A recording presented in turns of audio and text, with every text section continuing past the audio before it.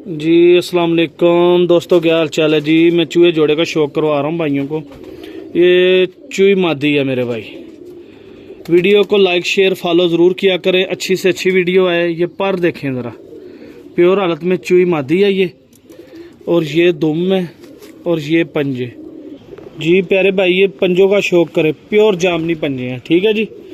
ये देखें मोतियों वाली चूही मादी है ये। अब मैं नर का शौक करवाता हूँ, सेम टू सेम जोड़ा है जी। प्यारे भाई ये नर का शौक करें, आँख का आउट क्लास स्टैंडर्ड का ये कबूतर है, चेक करें, बड़ा आउट क्लास पल्ला है इसका। ये दुम है और ये पंजे मैं छोड़ के शौक करवाता हूँ जी। ब्रदर ये शौक करें ज़रा इनका, ठीक है जी। चूहे नरमादी का शौक करें, जिस भाई की समझ में आए मेरे साथ रब्ता कर ले। लोकेशन लाहौर शहर, कार्गो आल पाकिस्तान मेरे भाई हो जाएंगे। शौक आप कर लें, माशाल्लाह बड़े ही आउट क्लास कबूतर आएंगे, मोतियों वाले चूहे।